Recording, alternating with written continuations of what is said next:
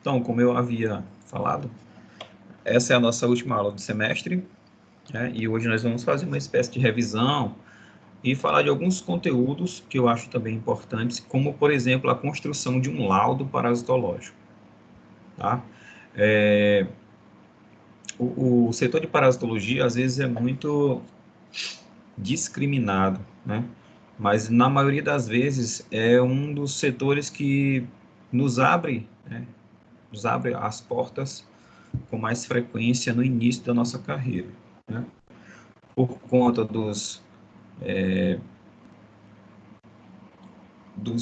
profissionais de saúde, né, os analistas clínicos mais experientes, não não gostarem, vamos dizer assim, não terem tanta afinidade com esse setor. Geralmente esse setor, parasitologia, urinálise, né, esses setores são os mais fáceis de um profissional recém-formado ter a oportunidade de trabalhar, né?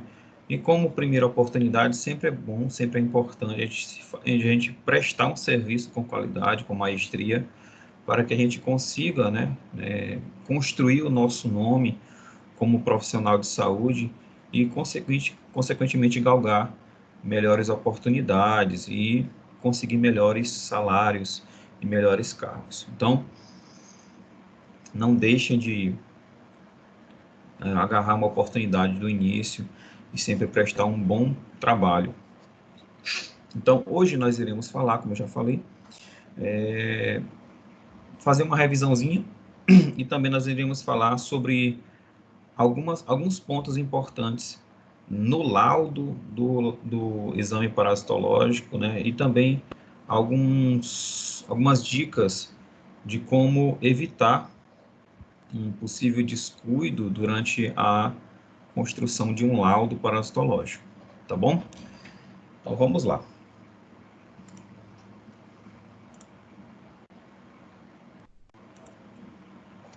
Então, só fazendo uma breve revisão, né? A disciplina de relações parasito-hospedeiro, ela tem como finalidade estudar a relação entre os parasitas, né, e os seus hospedeiros, que geralmente são os seres humanos, né? A gente estuda algumas doenças parasitárias que podem acometer o ser humano de forma direta ou de forma indireta, por exemplo, como algumas zoonoses que podem, porventura, ter um impacto econômico, né? E que também pode ter impacto na vida, na saúde do ser humano. Então, a parasitologia, ela estuda essa relação entre o ser humano, né, o parasita, como entender como que o parasita vive, lógico, através desse entendimento do ciclo biológico, a gente tomar condutas de prevenção, né, e tratamento, né, através do reconhecimento e do entendimento do ciclo biológico, que a gente entende como que o hospedeiro humano ele acaba se contaminando e, através dessas informações, evitar a contaminação, que são as formas de prevenção. E também utilizar medicamentos para tratar pessoas que já estão infectadas ou evitar reinfecções. Então, a gente estuda a parasitologia em algumas partes. Uma das partes é o estudo dos vetores, né? A gente sabe que a maioria dos parasitas, eles acabam contaminando o ser humano por interferência de algum vetor, né? Que geralmente são artrópodos, né? Esses artrópodos, eles acabam inoculando, né? Ou vetorando ou transportando esse parasita através do seu hábito. Então, em um momento da parasitologia, a gente estuda os artrópodos, né? Mosquitos, moscas, mutucas, carrapatos, ácaros, barbeiros, que são vetores. Eles não são parasitas, mas eles transportam, eles auxiliam na inoculação do parasita no ser humano. Tá? Por isso a importância de se estudar artrópodos na parasitologia, né? Porque entendendo como que esses artrópodos, o papel desses artrópodos no ciclo biológico do parasita, a gente também consegue prevenir e tratar possíveis parasitoses. E quando se trata de parasitos, nós dividimos os parasitas em três grupos. Primeiro, os protozoários, né, que são os parasitas unicelulares.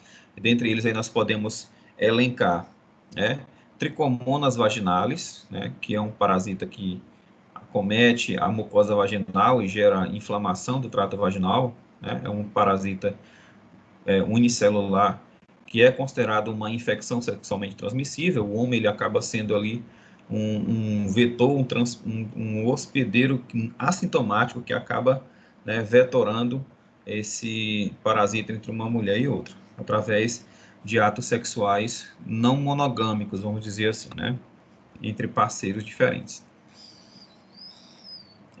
Então, nós estudamos os protozoários, parasitas, né, como Entamoeba histolítica, Giardia lamblia,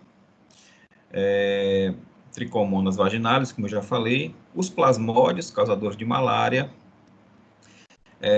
Trypanosoma cruzi, causador da doença de Chagas, e outros protozoários, né? Nós falamos durante o semestre todos esses protozoários, né?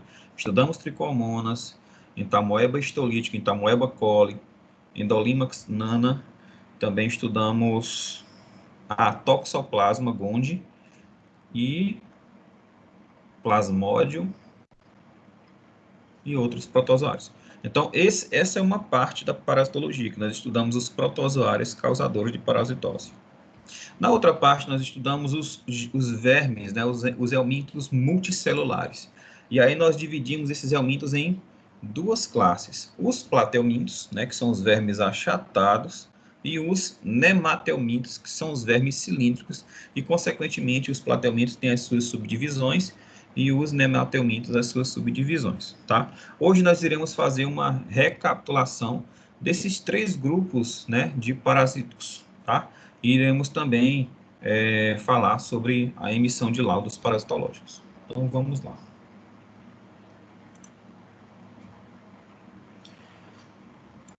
Então, inicialmente, a protozoologia, né? A protozoologia é um ramo da parasitologia que tem como função estudar os protozoários, os helmintos unicelulares, né? É importante, durante esse estudo, estudar as características gerais, né? A composição da célula desse protozoário. Esses organismos, eles são geralmente unicelulares, né? São eucariontes, ou seja, são células que têm a organização celular, né? Tem um núcleo separado do citoplasma através de uma membrana derivada da membrana plasmática chamada de carioteca. E eles também possuem organelas citoplasmáticas, né? O formato celular desses protozoários geralmente são ovoides, arredondados ou alongados, né? Existem mais de 65 mil espécies de protozoários. Dentre essas 65 mil espécies, 10 mil espécies têm a capacidade de parasitar o ser humano, né? As outras 55 mil, elas podem parasitar outros organismos ou são organismos comensais, são organismos que não geram, não causam parasitose, ou seja, eles não geram dano a um hospedeiro. Quando se fala de relação entre dois organismos vivos, né, pode ser um comensal, pode ser um mutualismo, né, pode ser uma simbiose, não necessariamente vai ser uma parasitose. Esses protozoários, eles são delimitados com meio externo através de uma membrana plasmática.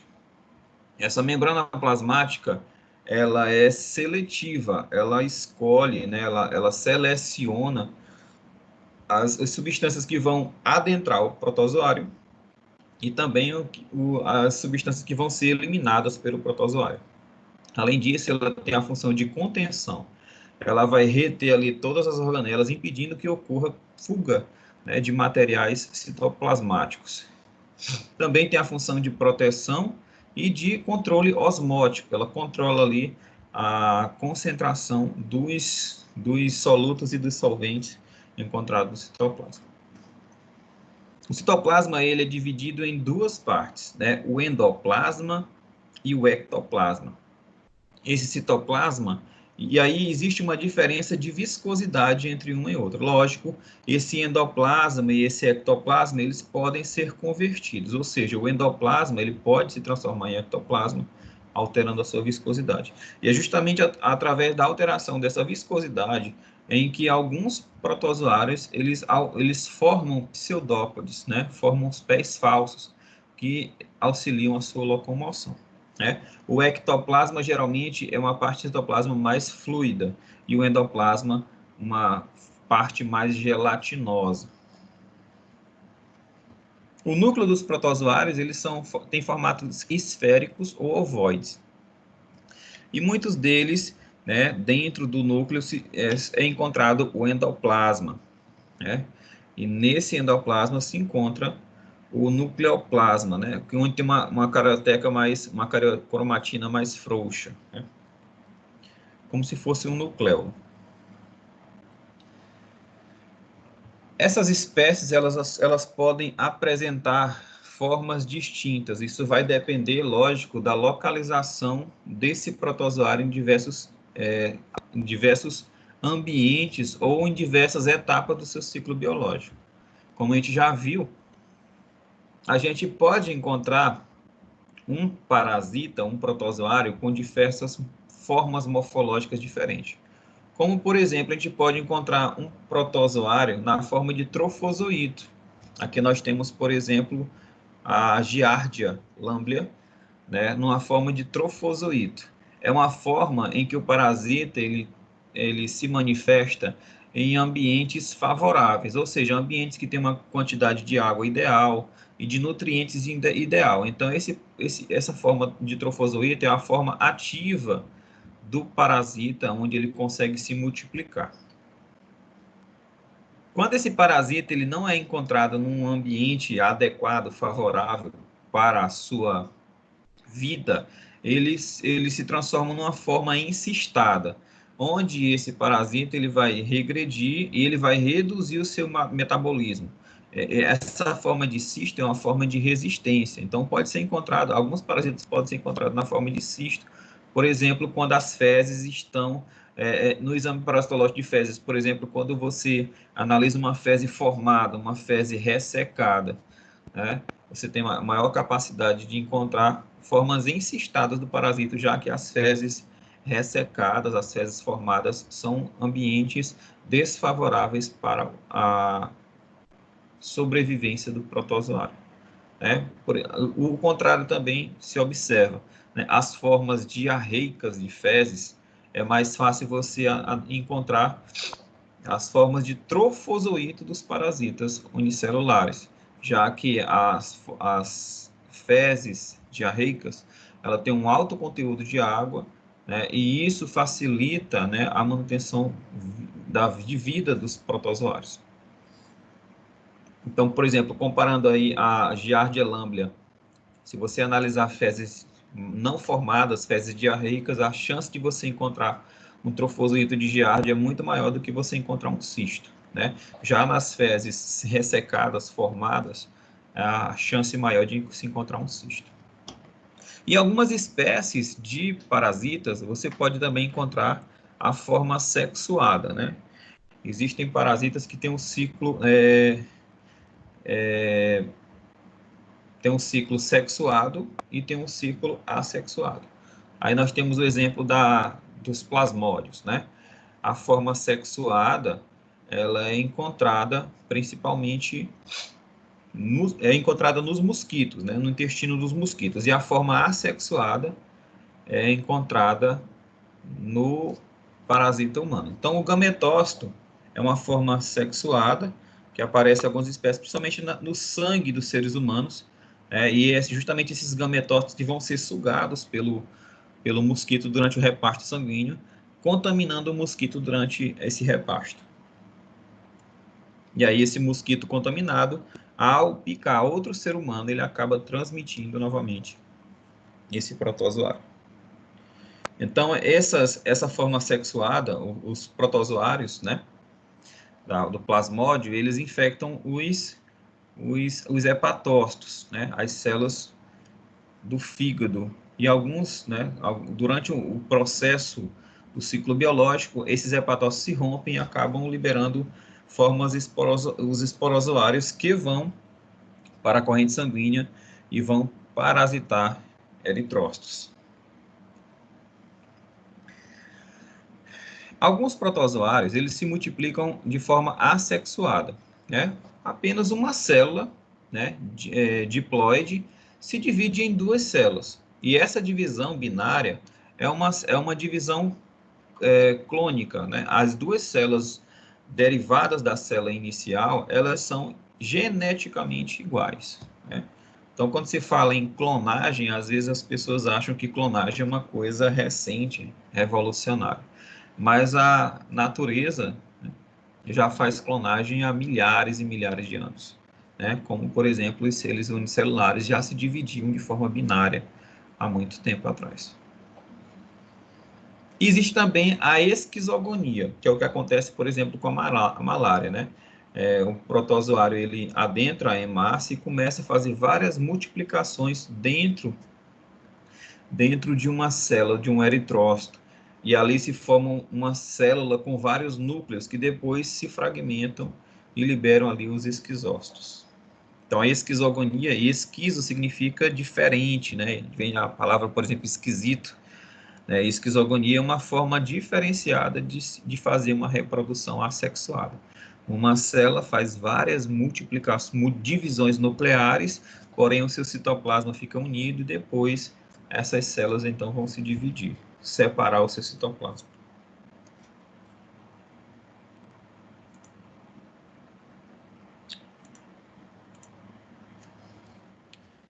E existe também a forma sexuada, onde parasitas protozoários, né, de composições diferentes, eles vão trocar material genético. Semelhante ao que acontece, por exemplo, com as bactérias, né, pelo mecanismo de conjugação. Acontece com alguns protozoários também. Protozoários unicelulares, eles formam uma ponte citoplasmática, né, e essa ponte citoplasmática serve como canal de troca de materiais genéticos, né? Assim como as bactérias elas trocam plasmídios, né? Os protozoários também podem trocar pequenos materiais genéticos e se transformarem após essa conjugação, né? Ambos os indivíduos eles vão ser diferentes de antes da conjugação. Os dois serão modificados. E a forma sexuada através da formação de gametas, né? Chamado de singamia ou fecundação, onde os protozoários eles vão gerar gameta masculino e gameta feminino, né? E eles são haploides, assim como os organismos multicelulares, eles fazem gametas através da meiose, né? Onde uma célula diploide vai dar origem a 4 células haploides, né? Através do processo de meiose. Então, esses protozoários também, eles dão origem a gametócitos, que são células haploides, e depois o gametócito masculino e o gametócito feminino se fundem, formando, né, um zigoto, né, um parasita diploide, que vai depois se desenvolver. Os protozoários eles podem ter ciclo monoxênico, né, que é aquele ciclo que utiliza apenas um hospedeiro para se desenvolver. Exemplo, aí nós temos a giardia, né, que usa apenas o ser humano como hospedeiro. Né? A giardia, quando é eliminada pelas fezes, né, na forma de trofozoito ou de cisto, esse cisto ele fica ali no meio ambiente, né, que pode contaminar mananciais de água, quando essas fezes são descartadas de maneira incorreta, ou podem, né, contaminar alimentos, né, através do uso de água contaminada para fazer a irrigação, ou também através do pouso de insetos, né? Vários insetos acabam pousando em fezes contaminadas e ao pousar em alimentos acabam transmitindo esse cisto para os alimentos. E se esses alimentos forem comidos, né, sem ser feita uma prévia higienização, sem lavar, sem utilizar ali uma água para desinfecção, utilizando bicarbonato, utilizando hipoclorito de sódio, esse alimento contaminado, ou essa água que não foi filtrada, ou que não foi aquecida, não foi fervida, ela pode conter um cisto, né, de um protozoário que seja viável. E ao ser deglutido esse cisto, ele vai encontrar no corpo do hospedeiro, do ser humano, um ambiente adequado para a sua multiplicação. Então, esse cisto ele volta a se transformar em trofozoito lá no intestino delgado, no caso da giardia. E nós temos também os ciclos heteroxênicos, onde são utilizados dois hospedeiros, um hospedeiro intermediário e um hospedeiro definitivo. Lembrando, o hospedeiro intermediário é aquele hospedeiro que vai abrigar a forma assexuada do parasita. E o hospedeiro definitivo é aquele que vai abrigar a forma sexuada. Então, não achem que sempre o ser humano vai ser o hospedeiro definitivo. Alguns parasitas utilizam o ser humano como hospedeiro intermediário. Tá bom?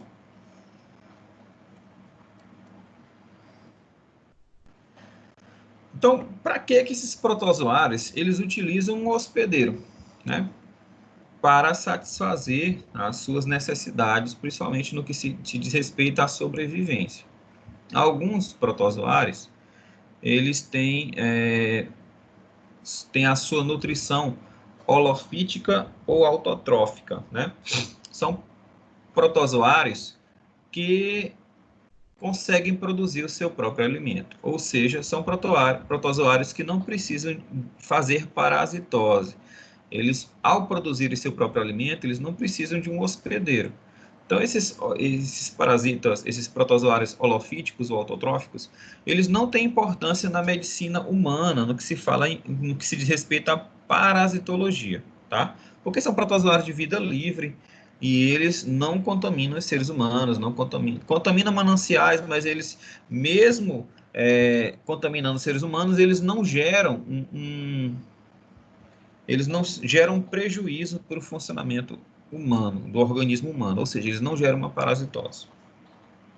Existem protozoários também que têm uma nutrição holozoica, né, heterotrófica.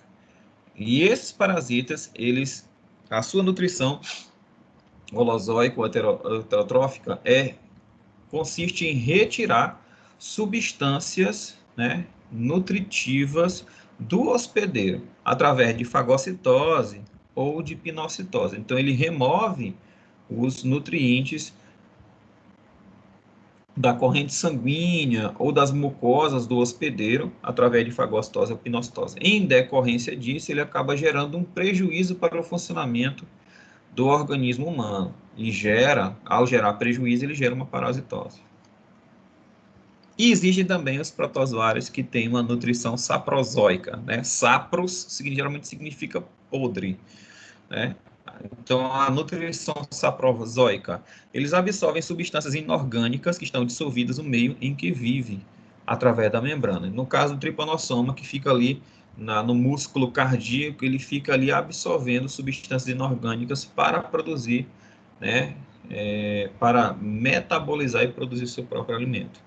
Então, ele acaba, de certa forma, também gerando um processo inflamatório, gerando uma destruição de fibras cardíacas e gera alterações no músculo cardíaco, gerando hipermegalia, gerando perda da contratilidade cardíaca e gerando prejuízo. Inclusive, pode evoluir para óbito do paciente, no caso da trypanosomiase. Certo? Então, ao falar de protozoários, vamos também falar dos helmintos, né, que são os parasitas multicelulares.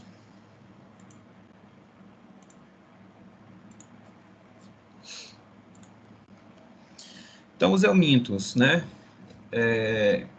ele é encontrado ali no filo, né, dois filos que são importantes, né, Reina Animalia, e aí nós temos dois filos importantes, os platelmintos, né, que são os parasitas, são os vermes achatados, né, o seu corpo é formado, né, ele é característico, né, o seu corpo é achatado dorso-ventralmente. Dos platelmintos, nós temos três classes importantes, como o trematoda, que tem um formato de folha, né? Os cestodas, que tem um formato de fita, e a tubelária, que não tem tanta importância para a parasitologia. Já no filo nematelminto, né, que são os filos de vermes arredondados ou cilíndricos, nós temos a classe nematoda. Os platelmintos.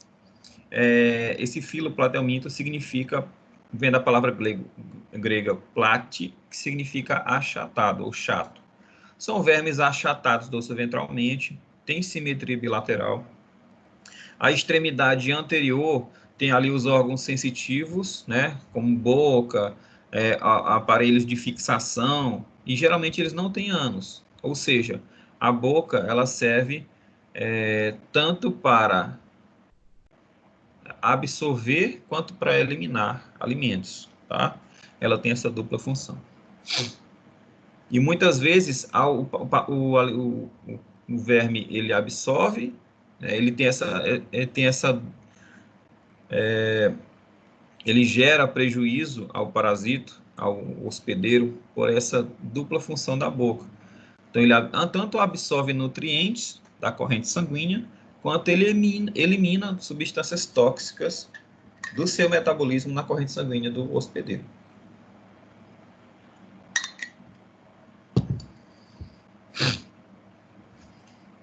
Então, na extremidade anterior, na região anterior, na região, vamos dizer assim, da cabeça, são encontrados os órgãos de fixação, como as ventosas, por exemplo, da tênia, né, os acúleos, os espinhozinhos lá da cabeça da tênia sóleo.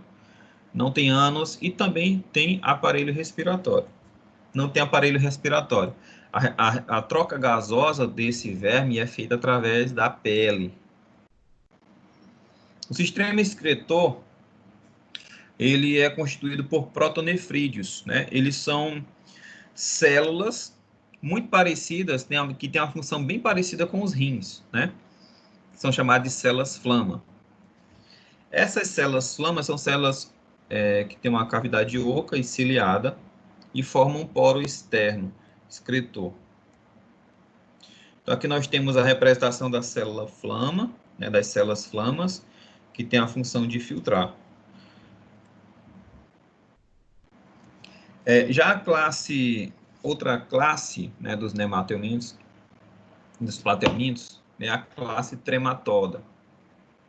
São parasitas achatados e eles têm um aspecto, além de achatado, que parece com uma folha. São parasitas que não têm um corpo segmentado, né, diferente, por exemplo, dos cestódios, como no caso da tênia, que tem um corpo segmentado em proglótides.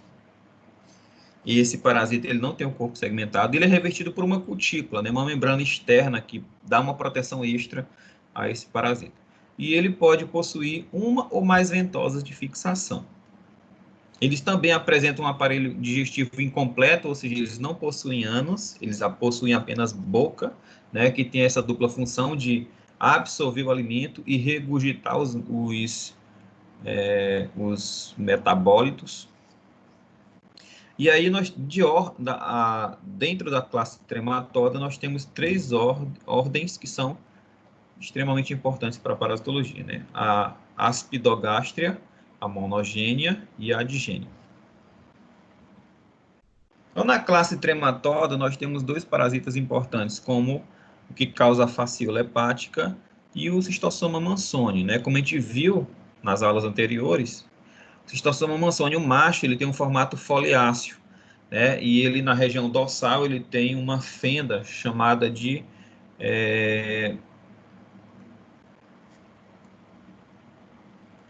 como é, meu Deus? Canal ginecóforo, é onde ocorre a localização da fêmea durante a cópula. Então, esse macho, ele tem um formato foliáceo, a fêmea também, e na região anterior, ele tem duas ventosas ali que servem para fixação na parede do vaso sanguíneo e também na região do intestinal. Então, a classe cestoda, que é a outra classe pertencente à ordem Platelminta. Eles também são endoparasitas desprovidos de epiderme, então eles não têm aquela, eles não têm cutícula, também são recobertos por cutícula, mas eles não têm aquela camada externa, né, de epiderme.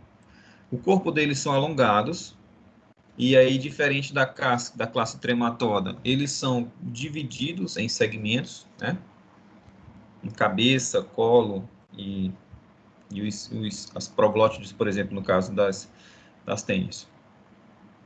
E eles também são recobertos por cutícula, que dão ali uma proteção extra aos ataques do hospedeiro. Então, eles apresentam cabeça, também chamada de escólex, o colo, também chamado de pescoço, e o corpo ou estróbilo, né? E que são constituídos de proglótides. Essas proglótides têm 3 estágios maturativos. As proglótides mais anteriores, mais próximas à cabeça, são proglótides jovens, né? Que ainda não têm os órgãos sexuais maduros. Lembrando que a maioria desses platelmintos, eles são hermafroditas, eles possuem os 2 sexos. As proglótides, eles são hermafroditas, perdão.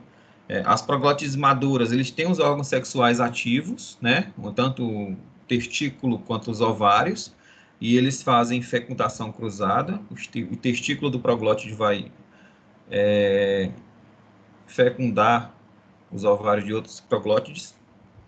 E os segmentos mais posteriores, né, mais distais, quando se analisa ali a localização comparada com a região anterior, o escólex, os mais posteriores são os grávidos, onde já tem ovos ali, eles já foram fecundados, os ovos já estão desenvolvidos, e eles começam a se destacar e serem eliminados pelas fezes.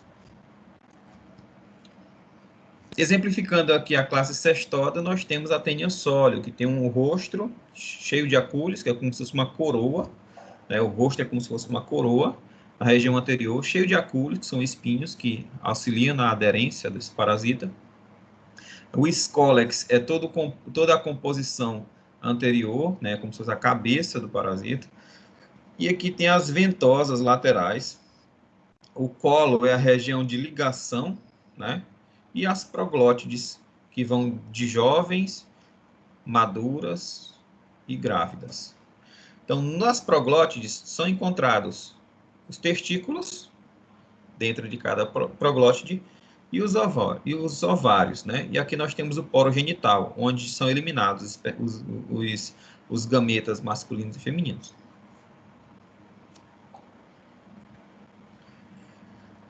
E aí, analisando aqui o escólex, ou cabeça, nós conseguimos distinguir as diferentes espécies de platelmintos, né? No que se diz respeito à importância médica. A Taenia solium e a Taenia saginata são diferentes. A composição do seu escólex é diferente. A Taenia solium possui rostro, né, que é aquela coroa de acúlio. A Taenia saginata não possui. As ventosas da Taenia solium são laterais e as ventosas da Taenia saginata são apicais, são nas extremidades. Também a gente consegue distinguir esses parasitas de acordo com a análise das suas proglótides, né? De acordo com as ramificações encontradas ali nesses proglótides, você consegue diferenciar a Taenia sólida da Taenia saginata, que a gente inclusive já falou nas aulas anteriores, referente a cestodes. Então, na classe nematoda, que é aqueles parasitas que têm um corpo cilíndrico, e aí nós estudamos Ascaris lubricoides, Ascaris lubricoides, Enterobes vermiculares, Trichuris trichiura, Necator americanus, uma série de parasitas que são enquadrados na classe nematoda. Então, são animais que têm um corpo cilíndrico, tem uma cutícula, né, uma pele, né, uma membrana de revestimento. Eles possuem simetria bilateral, Já nesse indivíduo, ele tem um tubo digestivo completo, eles não possuem células flama, né? Eles vão eliminar, né, os seus metabólitos, né, por outro orifício que não seja a cavidade oral. Esses indivíduos, eles possuem sexos separados, eles são dioicos, né? Então existe o animal masculino, né, o indivíduo masculino e o indivíduo feminino. E eles se reproduzem, né, de forma sexuada, ou seja, os indivíduos eles produzem gameta masculino e gameta feminino que fazem a fecundação, ou eles podem se dividir, se multiplicar por partenogênese, né, que é uma divisão especial, onde as células, né, elas geram células haploides que depois se fundem de uma forma especial. E existem duas classes, né? A adenófora e a cercenétia. São essas duas classes de importância médica. Então, exemplificando indivíduos que estão ali na classe do nematoda, são os ascaris lubricoides, e aí nós temos a diferença do macho para a fêmea. A fêmea geralmente é maior do que o macho. Esses indivíduos eles têm um corpo esbranquiçado, a cor leitosa. A região anterior, né, o aparelho bucal é composto por lábios, né, e a região posterior, a fêmea geralmente ela tem a extremidade posterior encurvada.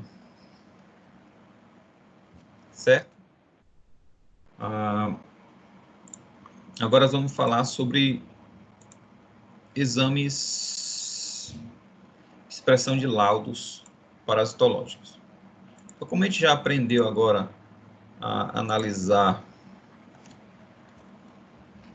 as formas parasitárias em diversos líquidos biológicos, né? Não só o exame de fezes, mas também o exame de sangue, vamos entender qual a importância de se emitir, como que se deve emitir um laudo parasitológico, né? O objetivo do laudo é possuir informações úteis ao diagnóstico. Então, ele deve conter toda e qualquer informação que seja importante para que o médico, né, ou o paciente, ao ler aquele exame, ele tenha uma noção do que está acontecendo com o corpo dele, né, qual o tipo de parasita que pode estar ali se beneficiando do seu organismo. Além do mais, esse exame parasitológico, né, o laudo copo-parasitológico, ele deve servir como guia para o tratamento. Então, ele deve conter ali, caso seja positivo, que tipo de parasita é, né? E alguns deles até indicam a carga parasitária, né? Se tem uma carga elevada, porque isso pode mudar ali o tratamento do paciente. O objetivo das informações encontradas no laudo coproparasitológico também deve ter a função de acompanhar e determinar a eficiência do tratamento.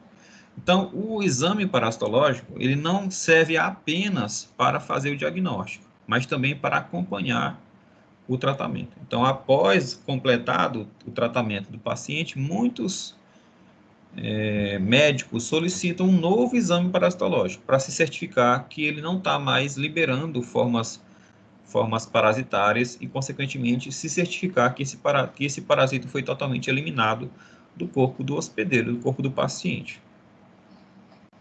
E também ele pode ser solicitado durante o tratamento para saber se o paciente está reduzindo a sua emissão de formas parasitárias nas fezes, mostrando que o tratamento está surtindo efeito.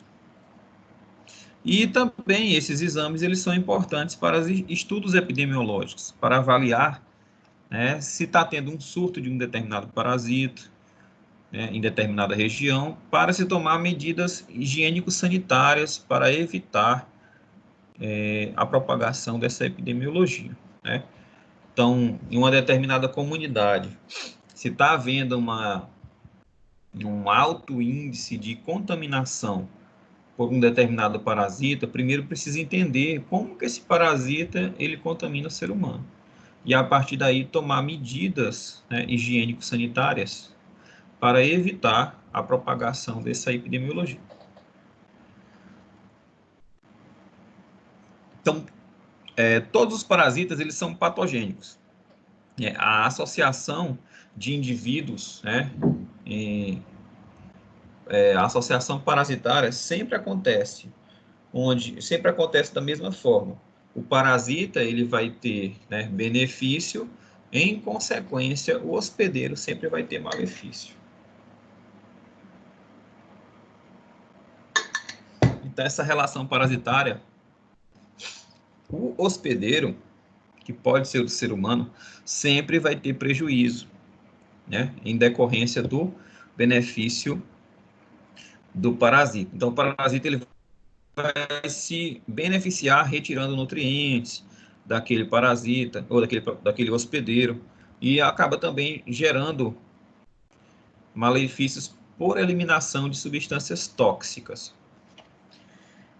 Então, é extremamente importante que doenças parasitárias, elas devem ser reportadas e os indivíduos, né, os parasitas, devem ser identificados com nomes científicos, dando ênfase sempre ao estágio de diagnóstico identificado. Então, para verificar ali se são cistos, se são ovos, se são indivíduos adultos, tá?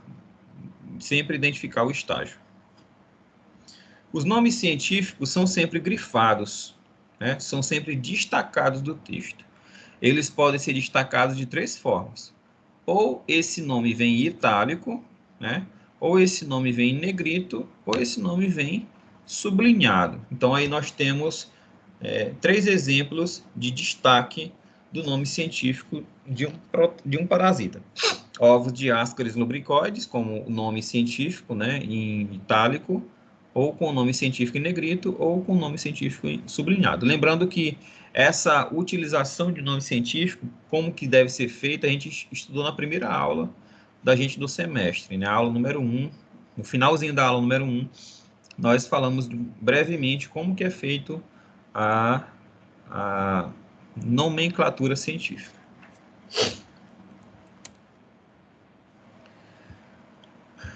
Então, quando não forem encontrados parasitas no exame, o resultado deve ser expresso, né? Não foram vistos ovos, não foram vistos larvas, não foram vistos cistos, né? Isso quer dizer o quê? Isso não exime o paciente de estar parasitado, né? O que pode ser verificado nesse termo é que, ao não ser visualizado, o paciente ou ele está negativo ou a metodologia, a técnica empregada não foi sensível o suficiente para diagnosticar o paciente.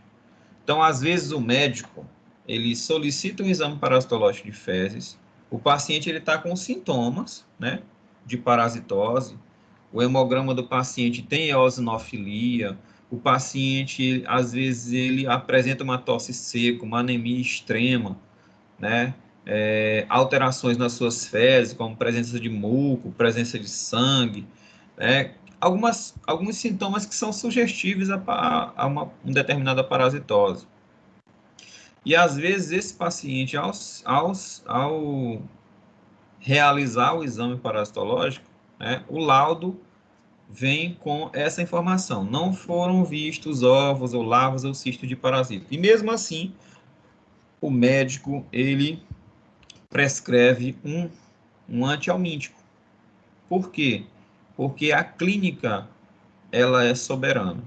Então, por mais que o exame dê sugestivo de que o paciente ele não tem parasitose, o médico ele deve, através dos sintomas, fazer uma intervenção, tá?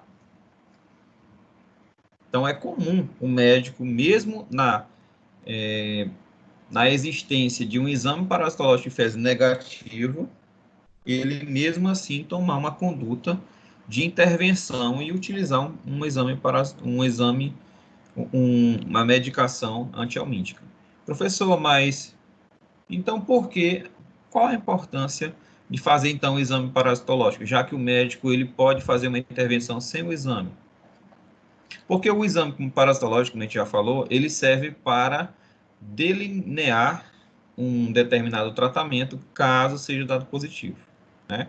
Nós vimos, durante os nossos estudos, que cada parasitose tem um tipo de tratamento específico.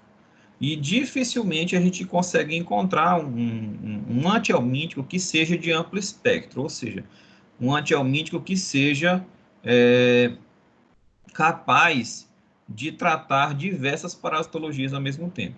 Então, muitas vezes, um medicamento que é eficaz para Ascaris lumbricoides, ele não é eficaz para entamoeba histolítica. Então, fazer o exame parasitológico e identificar o parasita é importante para direcionar o tratamento, tá?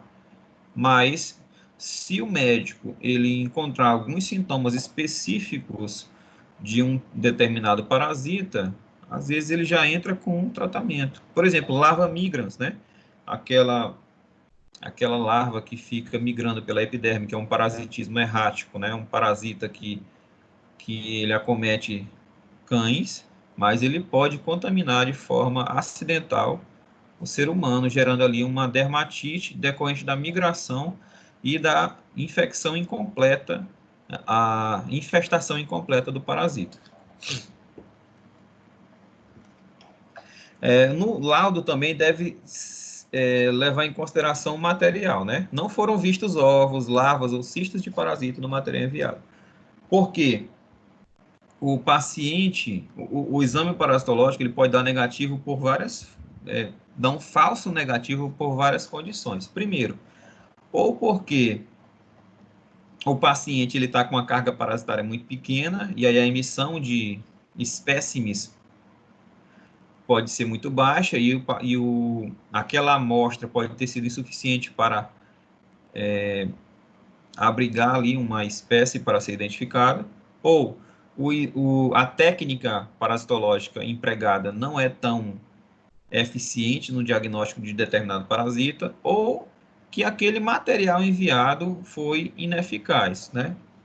Geralmente o paciente ele faz exame parasitológico com 3 amostras de fezes em dias alternados, porque a gente sabe que alguns parasitas eles têm eliminação de ovos em dias não consecutivos, tá? E aí aquele dia que o paciente coletou as suas fezes, pode ser um dia que não tenha tanta emissão de ovos e pode dar um falso negativo. Então, mesmo os protozoários não patogênicos ou comensais, eles devem ser referidos no clínico. Isso quer dizer o quê? Por exemplo, se eu estou fazendo um exame parasitológico, e aí eu encontrei Entamoeba coli. Ah, professor, mas Entamoeba coli, ele é um parasita, ele é um protozoário comensal, ele não gera prejuízo para o hospedeiro. Mas eu devo referir isso no laudo. Por quê?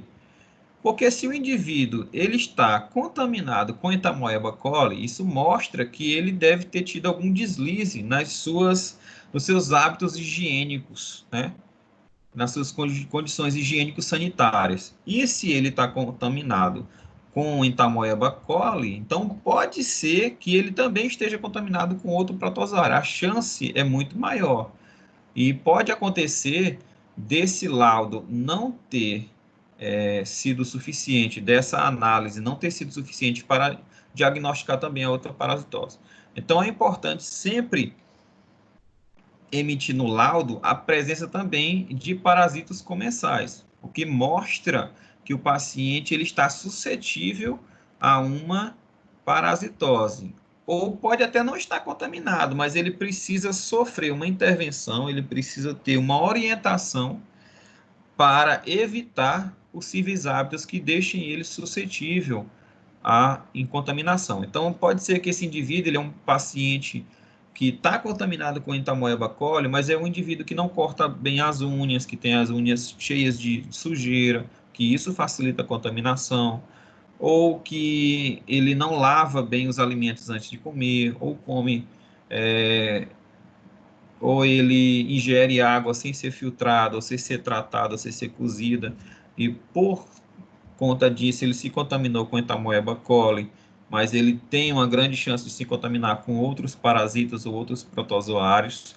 Então, isso é importante. No laudo, né, parasitológico,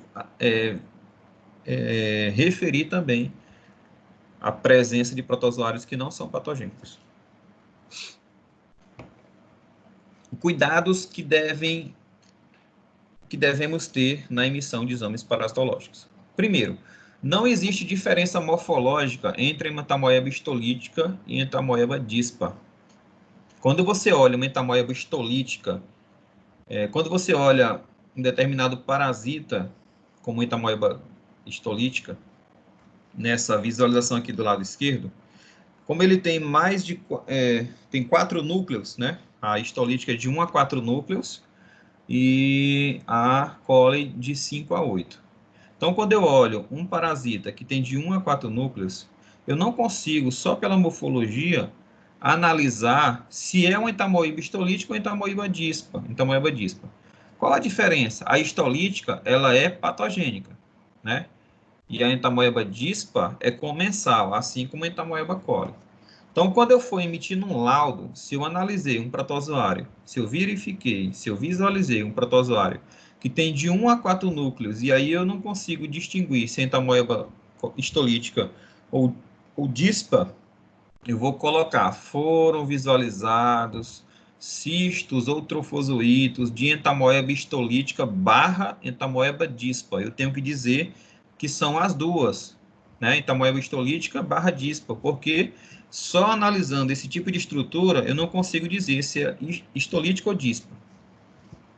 Agora, se eu verificar, se eu analisar, né, uma entamoeba e verificar um monte de pontinhos enegrecidos no interior, que são hemácias, que esse protozoário está se alimentando, aí eu tenho segurança de dizer que foram visualizados, né, cistos ou trofozoítos de entamoeba histolítica, porque eu estou vendo aqui a ação patogênica dela. A dispa não se alimenta de hemácias, só a entamoeba histolítica. Bom? Então, quando eu analiso um protozoário, né, que tem a semelhança de Entamoeba histolítica e dispa, que não tenha nenhuma outra característica que eu consiga distinguir dispa de histolítica, eu tenho que colocar no laudo. Foram visualizados cistos ou trofozoítos de Entamoeba histolítica barra Entamoeba dispa, porque eu não consigo, só pela morfologia, nesse caso aqui, da estrutura do parasita, eu não consigo distinguir um do outro. A entamoeba histolítica da coli eu consigo. A diferença está na quantidade de núcleos, né? Entamoeba histolítica e dispa de 1 a 4 núcleos e a entamoeba coli de 5 a 8. Mas agora, se eu analisar uma entamoeba que tem um monte de hemácias que foram fagocitadas, aí eu sei que é entamoeba histolítica, porque essa é a característica da entamoeba que faz com que ela seja patogênica. Então, agora, se forem vistas hemácias fagocitadas pelo trofozoíto, vai ser uma entamoeba histolítica. Cuidados também que devem ser tomados durante o laudo do exame parasitológico é a diferenciação entre ovos de Necator americanos e Ancylostoma duodenale. Isso se faz através das dimensões. Eles são ovos semelhantes, mas um é maior que o outro. Então, relatar como presença de ovos de ancilostomídeo. Se você não consegue medir o tamanho dos ovos, porque tem alguns microscópios que não tem como aferir o tamanho, você vai relatar apenas a presença de ovos de ancilostomídeos. Por quê? Porque, às vezes, identificar a espécie não é tão importante, porque a forma de tratamento é a mesma. Tá? Então, você vai relatar presença de ovos de ancilostomídeos, que vai englobar tanto o gênero espécie Necator americanus, quanto a Ancylostoma duodenale. Então, os ovos de Necator americanos e Ancylostoma duodenale, eles são diferentes apenas pelo seu tamanho.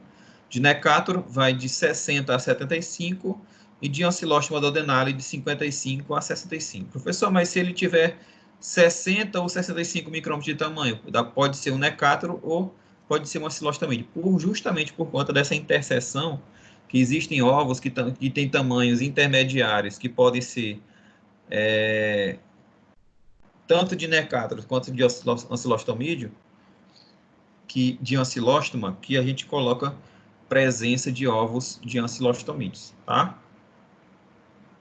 Que percebam que tem uma interseção. Um ovo de 60 micrômetros, ele pode ser tanto de necátor quanto de ancilóstomo, de 65 também. Entre 60 e 65, nós temos aqui uma interseção. Então, ovos que têm esse tamanho, a gente tem dificuldade, não tem como, na verdade, identificar que tipo de espécie é. Então, é bom relatar presença de ovos de ancilostomídeos, que vai englobar as duas espécies. Relatar sempre a presença e a quantificação de cristais de Charcot-Leyden. Professor, o que são cristais de Charcot-Leyden? São esses cristais aqui, ó, em formato de agulha, que são eosinofílicos, e eles são produtos da eliminação dos grânulos de eosinófilos e de basófilos. Então, essas células, a função delas é combater parasitas, né? Elas se aderem à superfície do protozoário e liberam do helminto e liberam os seus grânulos, que são grânulos tóxicos, né? Como aquele protozoário, como aquele helminto, ele é muito grande para ser fagocitado por uma célula de defesa do sangue. O que é que essas células fazem?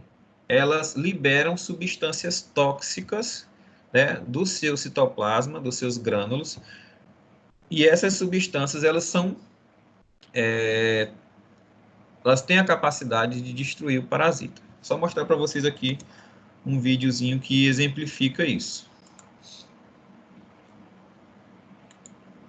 para vocês entenderem melhor.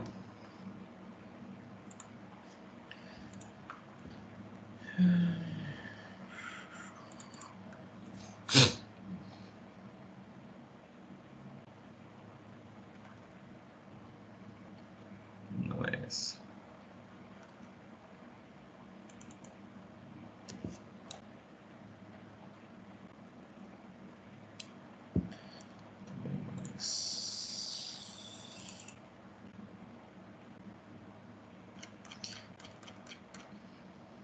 Tá aqui. Então, aqui perceba que nós temos aqui no sangue, nós temos uma larva de um helminto, né? E o que acontece? No início do vídeo, dá para ver que tem várias células do sangue que começam a se aproximar à superfície desse parasita. São os eosinófilos. O que esses eosinófilos estão fazendo? Eles estão se aderindo à superfície do parasita e estão liberando os seus grânulos. Está vendo aqui as células aqui ao lado? Esses são eosinófilos. Esses eosinófilos, eles estão liberando esses grânulos alaranjados, que são ricos em toxinas, que vão gerar um estresse oxidativo, uma destruição na membrana do parasita, gerando a sua destruição. Como esse parasita ele é muito maior do que uma célula de defesa, essas células nunca vão conseguir fagocitá-lo. Então, o que elas fazem? Elas atacam esse parasita com uma espécie de enxame.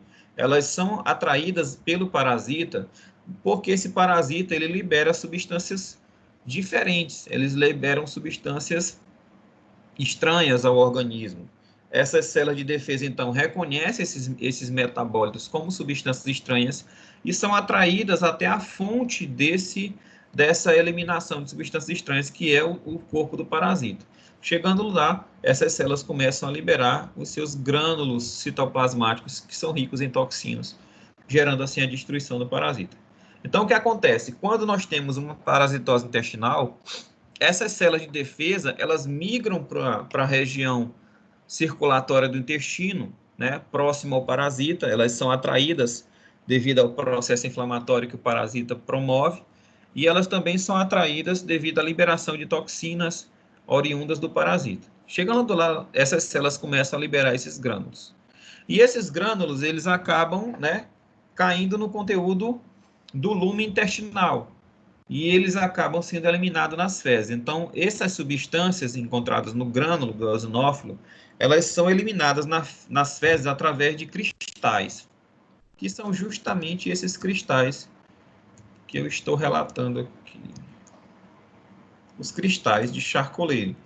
Então, a gente vai analisar o sangue ou as fezes do paciente e são verificados esses cristais, chamados de cristais de Charcot-Leydig. Isso é indicativo de que os eosinófilos estão eliminando e os basófilos estão eliminando os seus grânulos, em decorrência da identificação de parasitas. Então, sempre se deve relatar que foram visualizados cristais de Charcot-Leydig. Se tem cristais de Charcot-Leydig, isso quer dizer que tem parasita. Por mais que não foram visualizados os parasitas, ou as formas parasitárias, os ovos, os cistos, os indivíduos adultos, mas a indicação dos cristais de Charcot-Leydig é indicativo de que o indivíduo tem uma infecção parasitária e que o sistema imunológico ele está combatendo essa infecção parasitária, liberando grânulos eosinofílicos e basofílicos para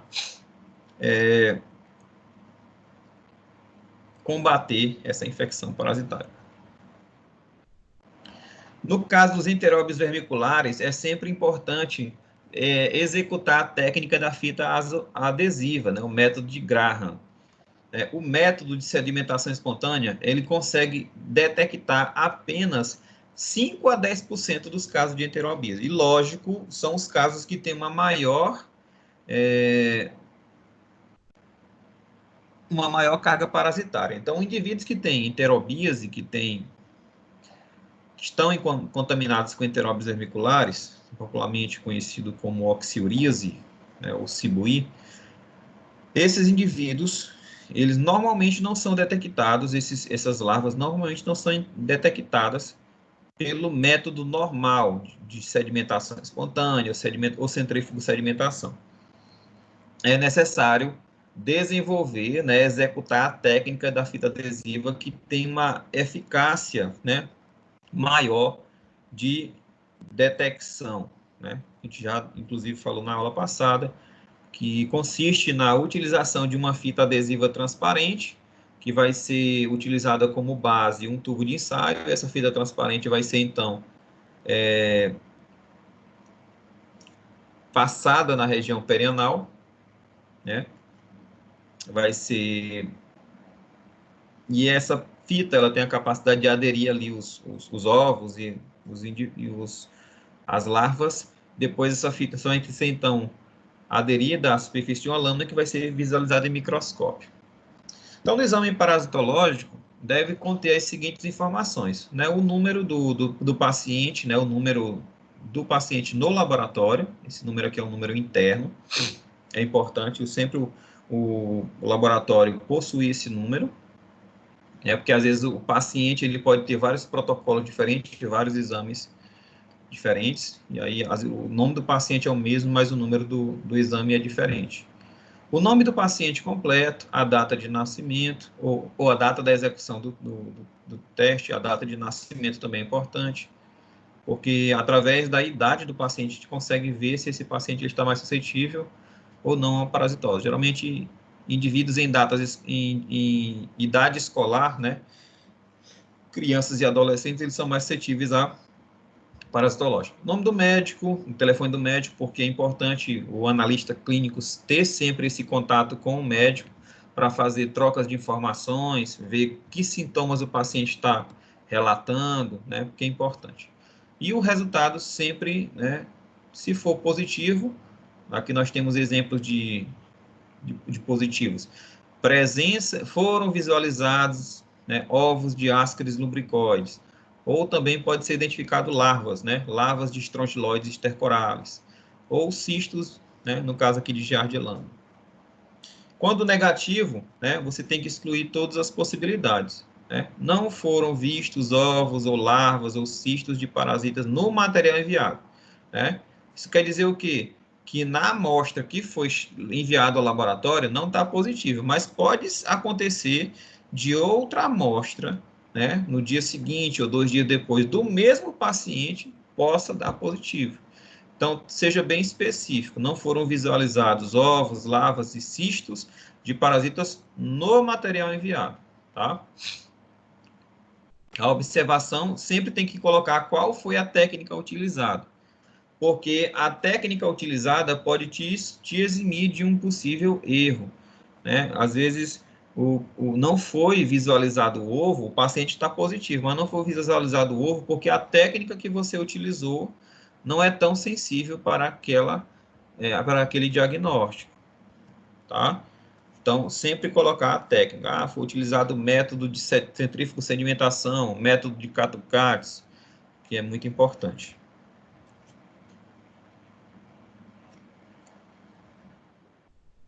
Certo? E aí, só para concluir,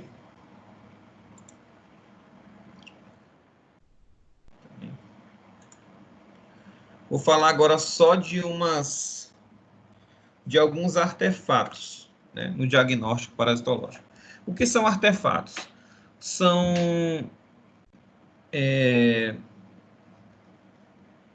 células, pelos ou algumas estruturas que podem estar presentes no material biológico que está sendo analisado, que ele pode causar dúvida ou confusão durante o diagnóstico, porque alguns deles são muito parecidos com ovos, com larvas ou com cistos de parasitas. Nós vamos ver alguns deles, né?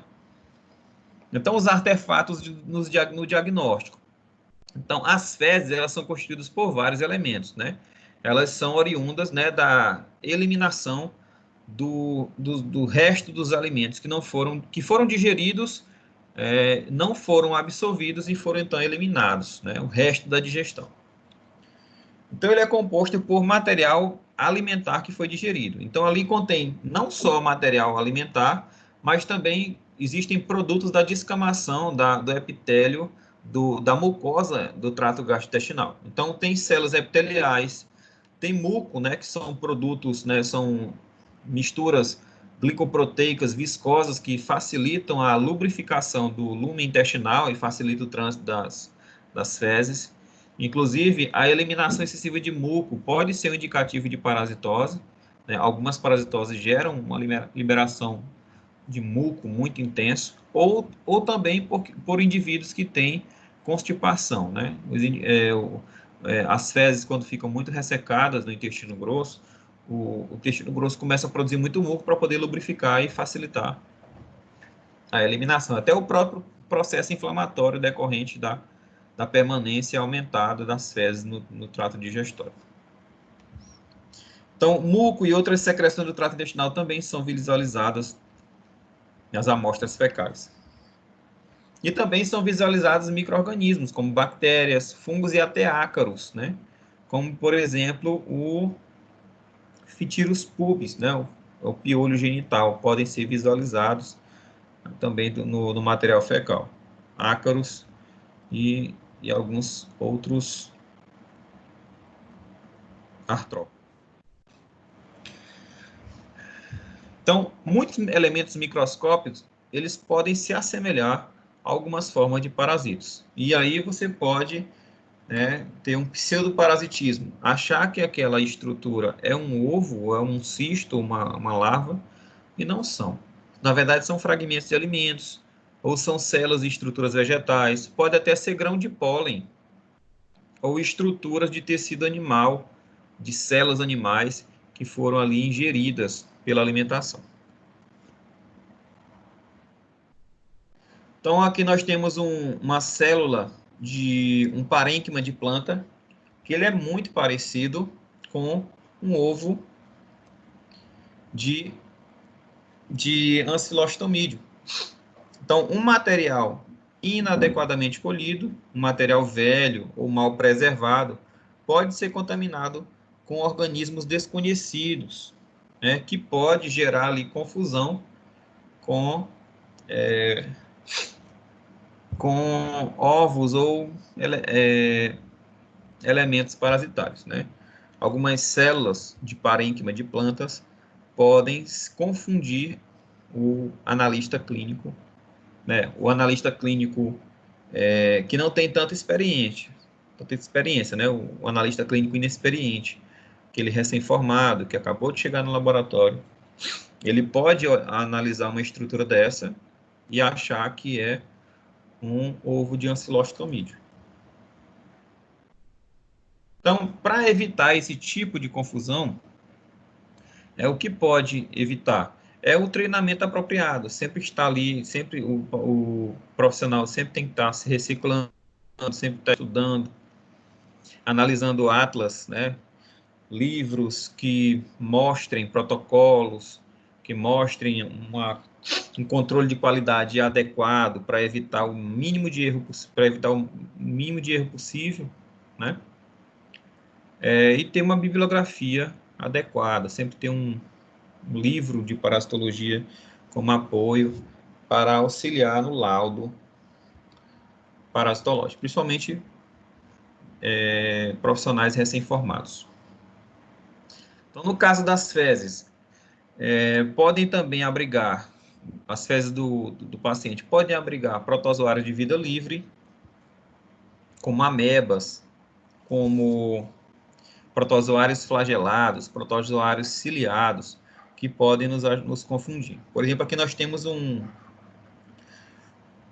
um cisto de Entamoeba coli, né, que tem 5 núcleos, e aí às vezes um núcleo pode não estar muito evidente e a gente pode confundir com a Entamoeba histolítica. Tá? Então, a Entamoeba coli é facilmente confundida com a partenogênica. Alguns artefatos que apresentam semelhanças. Então, aqui nós temos um Balantidium coli, né, e um Trophosito de Balantidium coli. Nós temos aqui várias estruturas de vegetais e estruturas animais que podem nos confundir com um Balantidium coli. Ovos de outros helmintos, né, podem ser confundidas com parasitas de plantas, né?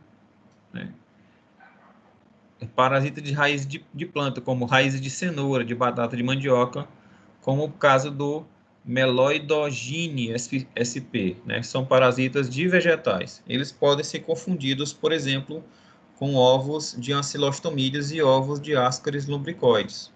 Né? O paciente, um analista clínico que seja inexperiente pode se confundir. Ovos de outros helmintos que não são tão comuns, como o Cifácia obvelata, né, que é encontrado em ratos e em camundongos. Eles podem ser confundidos com ovos de Enterobes vermiculares, né? São bem parecidos, né? Tem um ovo em formato de letra D. Ovos de insetos, como por exemplo de ácaros, que são encontrados nas fezes, podem ser confundidos com ovos de ancilostomídeos, de estrongiloides e ovos inférteis de Ascaris lumbricoides. Grãos de pólen também podem ser encontrados, né, em materiais fecais, muito raro, mas pode acontecer. E eles podem ser também confundidos com ovos de Ascaris lumbricoides, ovos de tênia, ovos de Iminolepis nana e ovos de ancilostomídeos.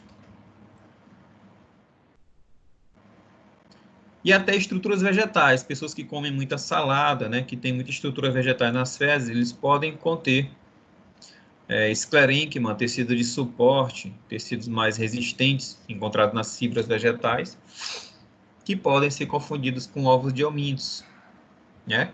Como, por exemplo, células pétreas encontradas no floema de algumas plantas, ou esclerênquimas encontradas no tecido de suporte, podem ser confundidos com ovos de helmintos. Vasos de vegetais espiralados podem ser e pelos de plantas também podem ser confundidos com larvas de vermes ou até os cristais de charcoleiro. Podem ser confundidos com larvas de helminto. Estruturas animais, como fibras de carne, né, também podem ser confundidos com larvas de helminto. E é isso aí, pessoal.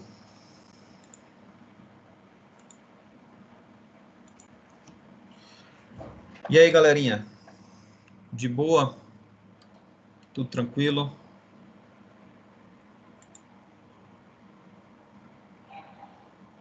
Alô?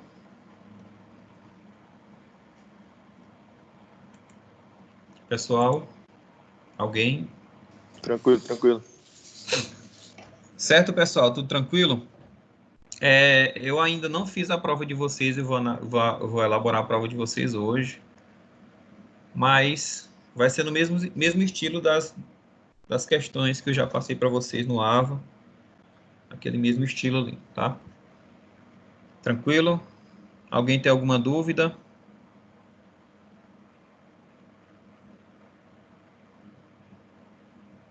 Não? Então, pessoal, eu quero agradecer a oportunidade de agradecer a Deus a oportunidade de ter sido professor de vocês esse semestre. Foi um semestre atípico, né? Não foi culpa nossa, né?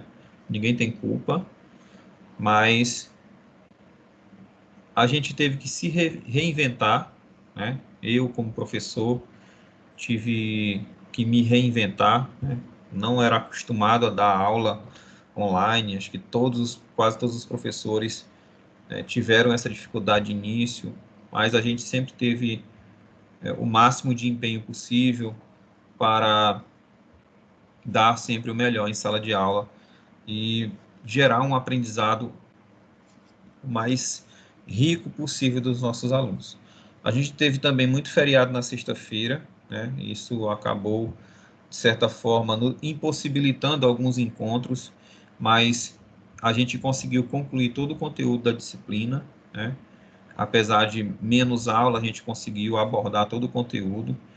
Se vocês olharem lá em ementa da disciplina, todo o conteúdo que é a ementa da disciplina sugere que, né, a ementa da disciplina, ela determina que seja dado, né, inclusive o livro didático de vocês, a gente conseguiu cumprir, graças a Deus, a parte teórica.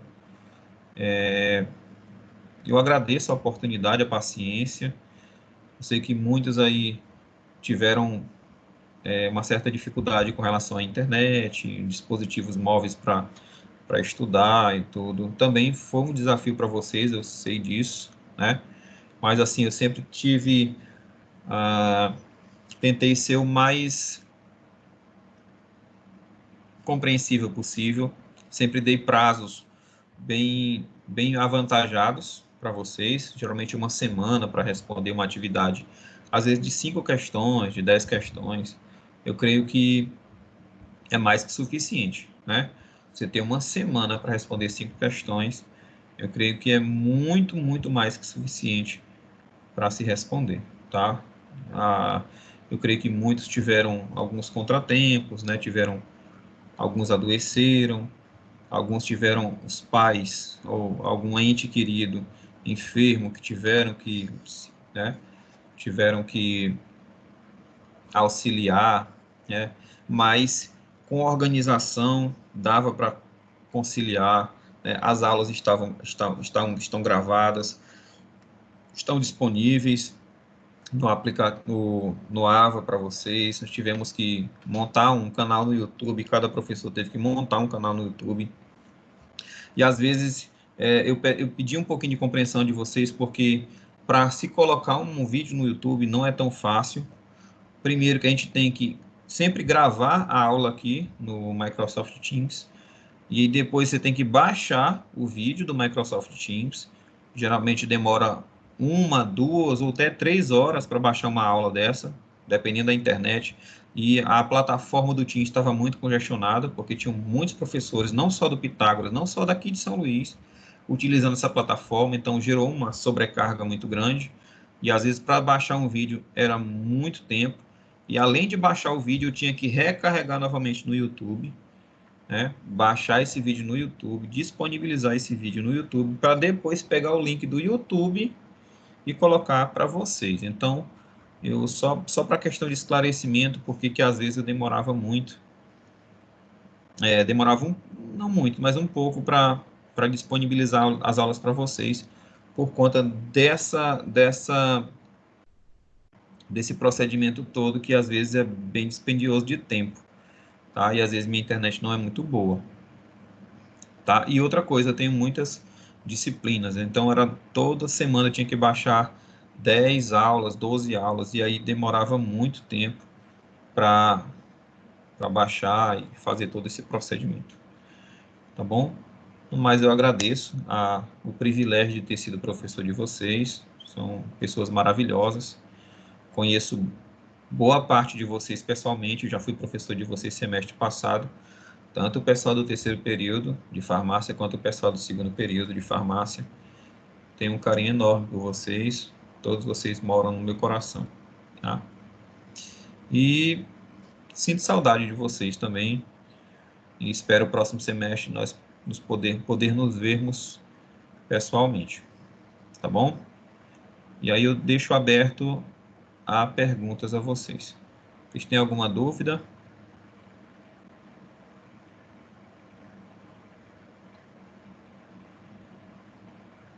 Não? Estão tudo quieto.